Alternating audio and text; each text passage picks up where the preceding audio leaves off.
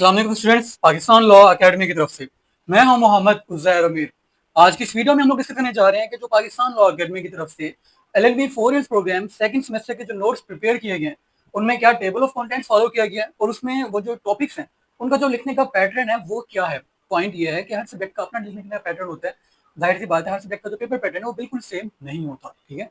अच्छा, तो बात कुछ यूँ है कि जैसे हमारे पास फर्स्ट सेमेस्टर में था पंजाब यूनिवर्सिटी में, यहाँ पर भी कुछ वैसा ही फॉलो किया गया पेपर पैटर्न।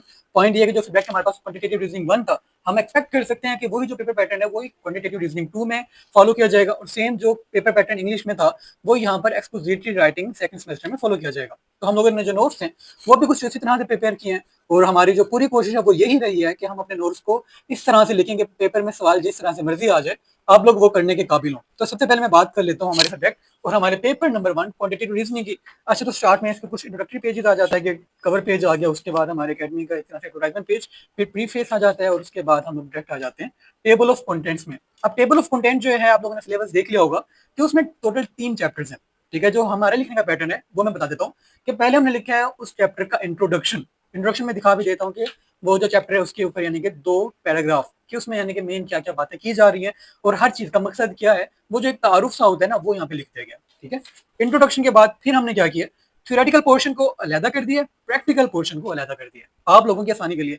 पॉइंट ये है कि अगर पेपर में यानी कि सवाल यहाँ से उठा ले तो फिर भी आप लोगों को मसला नहीं होना चाहिए। मसला सिर्फ इतना है कि जो हमारा सब्जेक्ट है वो क्वांटिटेटिव रीजनिंग है, ये मैथ नहीं है कि सारा पेपर जो है वो थ्योरेटिकल बेस की बजाय प्रैक्टिकल पोर्शन आएगा। हो सकता है कि वो इस बार आप लोगों को ट्रैप करने के लिए थ्योरेटिकल बेस पोर्शन दे दे, तो इस तरह से हम लोग रिस्क नहीं ले सकते थे। हम लोगों ने वो सारा कुछ लिख दिया। आप लोग इनको देख लीजिएगा, अपनी तैयारी कर लीजिएगा। बाकी जो प्रैक्टिकल पोर्शन है उसमें फार्मूलाज प्लस क्वेश्चन प्लस उनके सोल्यूशन वगैरह आ जाते हैं। और जो थ्योरेटिकल है उसमें क्या होता है कि वो जो यानी कि बात है उसको थ्योरी में लिखा होता है कि जनाब ये ऐसे होता है और इसका ये फायदा वगैरह वगैरह। ठीक है। तो ये शुरू में यानी कि 14 जो क्वेश्चन है वो हमने डाल दिए टॉपिक्स थ्योरेटिकल पोर्शन के। फिर हमने डाला इंपॉर्टेंट फार्मूलाज के, इस चैप्टर में जो भी इंपॉर्टेंट फार्मूलाज हैं पीछे तक वो सारे कौन कौन से उनको नंबर 1 2 3 4 टॉपिक के हिसाब से लिख दिए। अब उसके बाद वो फार्मूलाज लिखने के बाद हम आगे जनाब प्रैक्टिकल पोर्शन में, उसमें फिर हर यानी कि टॉपिक के जो जो सवाल बन सकते हैं उनको लिखा, उनको सॉल्व करके हमने लिखा है। ठीक है, उसके जो एग्जाम्पल्स वगैरह बन सकती हैं वो सारी बनाकर और फिर एक्सरसाइज और लास्ट में उस एक्सरसाइज के जो थ्योरेटिकल क्वेश्चन है वो हमने सॉल्व नहीं किए मगर जो प्रैक्टिकल क्वेश्चन है उनको हमने सॉल्व कर दिया। ठीक है। तो यही चैप्टर का जो पैटर्न है ये यहाँ पर 2 में फॉलो किया गया है। ठीक है, आप देख सकते हैं आप लोग के हमारे जो नोट्स हैं हमारा यानी कि ये उर्दू ट्रांसलेशन के साथ होते हैं। आप देख सकते हैं कि पहले क्वेश्चन होगा फिर उसका यानी कि जो भी सारी थ्योरी है वो साथ में उर्दू ट्रांसलेशन के साथ मौजूद है। ठीक है, ये तमाम यानी कि ऐसे ही आ जाते हैं। अब मैं आप लोगों को कुछ प्रैक्टिकल क्वेश्चन की भी यानी कि झलक दिखा देता हूँ। तो ये मैंने टॉपिक नंबर 3 निकाला प्रैक्टिकल क्वेश्चन का। इसमें हमारा क्वेश्चन क्या है कि हमने ट्रुथ टेबल क्रिएट करना है। तो हमने क्वेश्चन लिखा, साथ में उसके आंसर लिखे। ठीक है, फिर जो उसमें यानी कि मेन बातें हैं वो भी साथ में लिख दिया ट्रुथ टेबल क्रिएट करने के बाद। ठीक है। और उसके बाद जो मैं दिखाना चाह रहा था वो ये है कि हमने हर यानी कि क्वेश्चंस के जो टॉपिक है उसके जो यानी कि एग्जांपल क्वेश्चंस हैं उनके लास्ट में ये लिखा है क्विक एग्जाम रूल्स कि यानी कि जो मेन आपकी प्रिपरेशन के लिए जो यानी कि टू द पॉइंट 2-3 बातें हैं कि जो यानी कि एंड वो यानी कि उसका क्या साइन है, उसके बाद जो यानी कि वो कब ट्रू होगा जब यानी कि दोनों फैक्ट्स ट्रू होंगे। ठीक है, फिर और है, फिर नॉट है, फिर इफ देन है।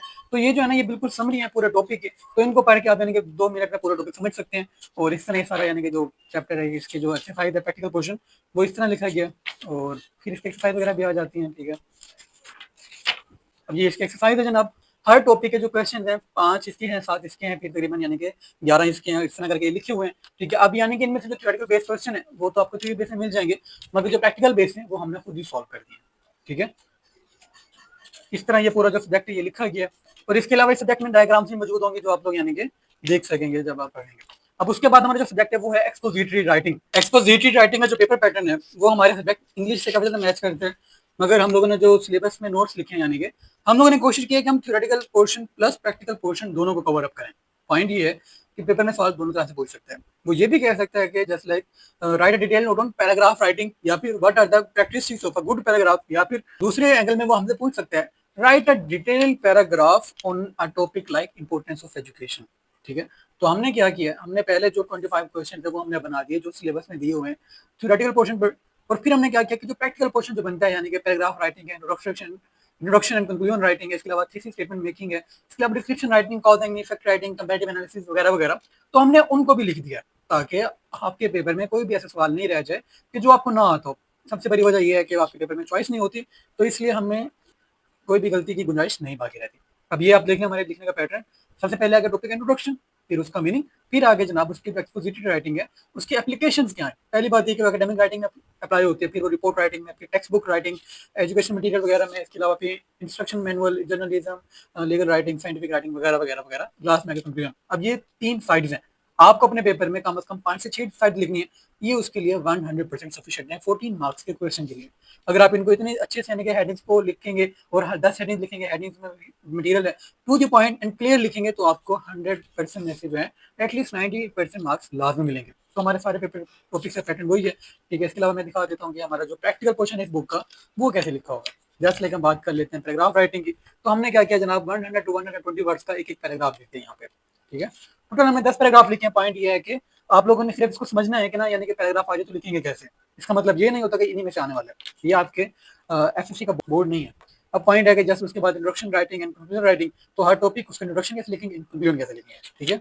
अच्छा, उसके अलावा जैसे हमारे पास कोई ऐसे लिखते होते हैं सीएसएस में, तो उसमें थीसिस स्टेटमेंट बनाते हैं, और जो थीसिस स्टेटमेंट है उसके यानी कि सारे जो टॉपिक्स हैं 10, हमने हर एक के ऊपर दो वो जो यानी कि थीसिस स्टेटमेंट वो बना के दिखा दिया कि जनाब इतने अगर आ जाए तो आप ऐसे लिखेंगे। उसके बाकी आप लोग वो हर बंदा अपने एंगल से बना सकते हैं, वो प्रैक्टिस पे डिपेंड करता है वगैरह वगैरह। उसके बाद फिर डिस्क्रिप्टिव राइटिंग, जिसमें हम लोग क्या करते हैं, कोई भी यानी कि सीन जो होता है वो अल्फाज के जरिए लिखते हैं, और जो हमारे एग्जामिनर है उसको यानी कि इमेज क्रिएट करने में मदद करते हैं। ये जैसे लाइक कोर्ट रूम का सीन है, यूनिवर्सिटी लाइब्रेरी है, ट्रैफिक एक्सीडेंट सीन है वगैरह वगैरह। अब बात यह है कि हमने किसी भी यानी कि ऑथर को फॉलो नहीं किया, और इसमें ये बात भी है कि हो सकता है हमारे पास वो चीज़ें लिखी हुई हों जो आपको किसी और ऑथर के पास ना मिलें। अच्छा, इनका मैंने आपको मेथड बता दिया। उसके बाद जो रिमेनिंग हमारे पास 4 सब्जेक्ट्स हैं, ठीक है, इनका पेपर पैटर्न सबका सेम ही है। वो सिर्फ इतने कि जो यानी कि लॉन्ग क्वेश्चन है वो आपसे पूछेगा 14 मार्क्स का, और आपने क्या करना है उसके ऊपर यानी कि 5 से 6 साइड लिख कर अपने नंबर हाई मार्क्स में अचीव करने हैं, ठीक है। इसमें यानी कि वो सिलेबस मुताबिक जो क्वेश्चन बनते हैं, आई थिंक इधर 37 40 बने हुए सब्जेक्ट के, मगर बात परेशान नहीं होना, टोटल ये 120 पेजेस हैं, ठीक है। 120 पेजेस इतने कोई यानी कि मोटी किताब नहीं है, पढ़ने में बिल्कुल आसान है, ठीक है। आप कोई भी पेज ओपन करें, कोई भी केस पढ़ना शुरू करें, आपको बहुत ईजी लैंग्वेज में लिखा हुआ मिल जाएगा। जैसे मैंने टॉपिक ओपन किया है, discuss the case of Asghar Asghar लिगारी versus federation of Pakistan, Lahore high court वगैरह वगैरह। अब जस्ट लाइक ये टॉपिक है इंट्रोडक्शन, उसके फिर वो रेलेवेंट प्रोविजन ऑफ लॉ के वो कानून में कहाँ पर रिलेट करते हैं ये केस, उसका बैकग्राउंड क्या था, अब उसके फैक्ट्स क्या हैं। केस लिखने का, केस लॉ लिखने का एक तरीका होता है लॉ में, ठीक है। शायद आपको किसी और बुक में ये मेथड ना मिले, मगर हमने लिखा है, ठीक है। ये हेडिंग शायद कहीं पर भी ना मिले, ठीक है। तो अब उसके बाद जो फैक्ट्स होता है केस हैं, हेडिंग बना कर लिखेंगे। उसके बाद वो जो फैक्ट्स हैं, उसके बाद जो जजमेंट थी उस केस की जो लाहौर हाई कोर्ट ने 2015 में पास की, उसमें उसने क्या क्या बातें की, वो मेन पॉइंट्स और लास्ट में कंक्लूजन। तो इस तरह करके हमारे पास जो रिमेनिंग 4 बुक्स हैं वो लिखी गई हैं, ठीक है। मैंने आपको तमाम बुक्स का पेपर पैटर्न वगैरह बता दिया, हमारा सारा कुछ बता दिया है। और इसके अलावा आपको कोई सवाल हो तो आप हमसे रब्ता कर सकते हैं हमारे दिए गए नंबर पे। और इसकी जो हमारा तरीकेकार है वो हम लोग आप लोगों को पीडीएफ सेल नहीं करते, हम सिर्फ प्रिंटेड एंड बाइंडेड आप लोगों को प्रोवाइड करते हैं। उसके लिए जो हमारा रब्ता नंबर है वो आप लोग नोट कर सकते हैं, वो यहाँ पर दिया भी होता है हर पेज के, यानी कि वाटर मार्क की सूरत में 0301 011 3082, ठीक है। इनकी जो प्राइस है वो आप हमें पे करेंगे, और हम आपके घर जो है ये बुक्स की फॉर्म में जैसे प्रिंटेड एंड बाइंडेड है ये आपको डिलीवर करवा देंगे, ठीक है। और हमारी कोशिश है कि इंशाल्लाह हम जल्द ही इनको पब्लिश भी करवाएंगे, मगर फिलहाल ये इस तरह नोट्स में मौजूद है, तो आप लोग इनको लेकर अपनी तैयारी अच्छे से अच्छी कर सकते हैं।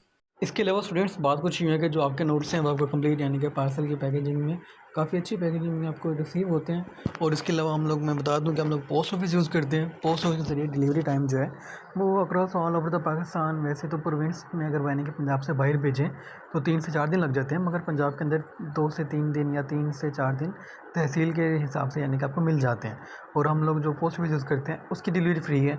अगर आप लोग टीसीएस या कोई और प्राइवेट कोरियर यूज़ करने का कहेंगे तो फिर आपको उसके चार्जेस एक्स्ट्रा देने होंगे। और इसके अलावा बात कुछ यूँ है कि अगर आपको हमारे नोट्स के सैम्पल पेपर्स चाहिए तो उसमें हम लोग आपको पीडीएफ शेयर कर सकते हैं। आप हमें हमारे व्हाट्सएप पर रब्ता करेंगे 0301 011 3082। आप हमसे रब्ता करेंगे और हम आपको सैम्पल शेयर कर देंगे। एक सैम्पल पीडीएफ में आपको 1 से 2 topics plus table of content वगैरह नज़र आ जाएगा। और इसके अलावा हम लोग ने अपने फेसबुक पेज पर रील भी अपलोड की हुई है सैम्पल क्वेश्चंस की, तो वहाँ पर भी विजिट करके देख सकते हैं, ठीक है। इसके अलावा आपको कोई क्वेश्चन हो तो आप रब्ता कर सकते हैं। Thank you so much. Allah हाफिज़।